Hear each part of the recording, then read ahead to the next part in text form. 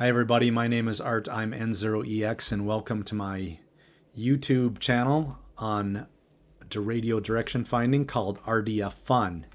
Today I want to talk about Doppler radio direction finders, specifically to introduce this direction finder that I have recently designed and built. This is a modification of the old Roanoke Doppler design that was published many years ago.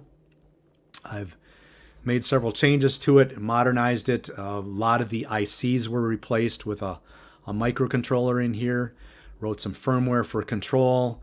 All the parts, almost all the parts, are surface mount devices for size. This box is about 4 by 5 by 1, so it's in a pretty small package.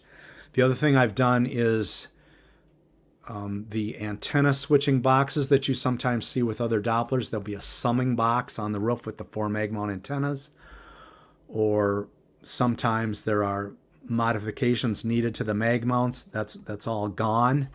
Take your standard mag mounts, run the coax right down to this box. There's no modifications needed to your antennas, no extra box needed on your roof. All the switching is in here. The third major change I've made is this display, which is on a remote 2 or 3 foot cable. So this will show your bearing information when it's receiving signal.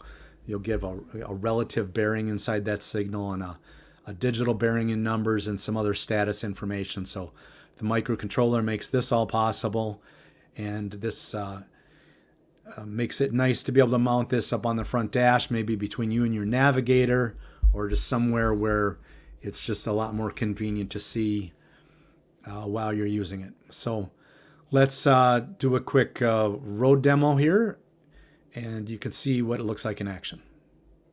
Thunderstorms in the afternoon. Highs in the mid-60s. Chance of precipitation here 100%. Monday night, colder. Rain showers likely in the evening. Lows in the lower 40s. Chance of showers 70%. Tuesday and Tuesday night, mostly cloudy. Highs in the mid-50s. Lows in the upper 30s. Morning, then slight chance of rain showers in the late morning and afternoon. Highs in the lower 60s. North winds up to 5 miles an hour, shifting to the northeast around 5 miles an hour in the afternoon. Chance of showers 50%.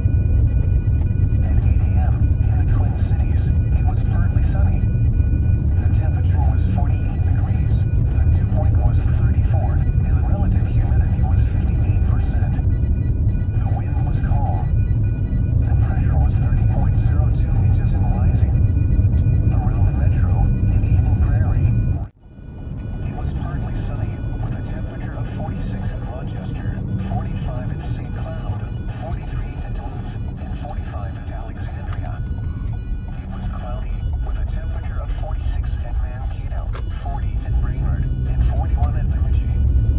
Around Wisconsin, it was mostly sunny, with a Well, I hope those videos gave you a sense of what it's like to use the Doppler in your vehicle and what it looks like. As with any radio direction finding device, it takes a little bit of practice and a little bit of interpretation what you see on that display. Again, reflections are going to show up in different ways on there. There's a couple things set up on the display. That line length and the number in the lower right hand corner is going to help you interpret which are more likely the better, more solid bearings, and which bearings are maybe reflections and should be disregarded. So within practice and watching that display and watching your surroundings, you can sometimes tell if you're going to be in an area where you're getting high reflections between big buildings, in tunnels, behind big metal fences or big metal buildings. Obviously you're going to get better bearings if you're in the clear, higher up, more in the open, just like using a beam or any other direction finding device. So just kind of find a way to interpreting that will come with experience. So for more information, I hope to be building and selling some of these, small quantities, limited amounts. I have ordered 10 boards right now. I am completing the build on. So there's testing and packaging and building displays that go along with all that. So it's going to be a slow process. But if you want to find out about cost and availability on this Doppler, go to my QRZ page. So that's the QRZ.com website, and then type in my call sign, which is N0EX.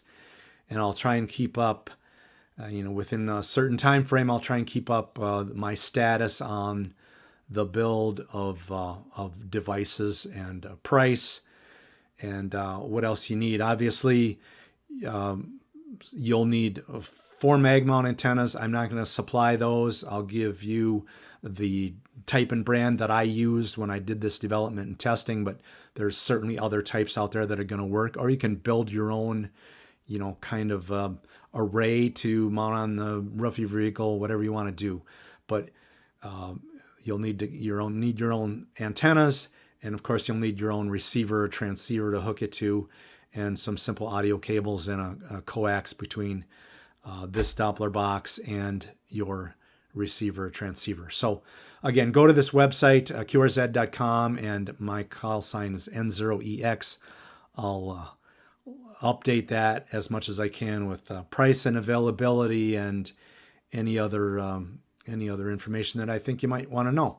So thanks for watching, and good luck on your direction finding.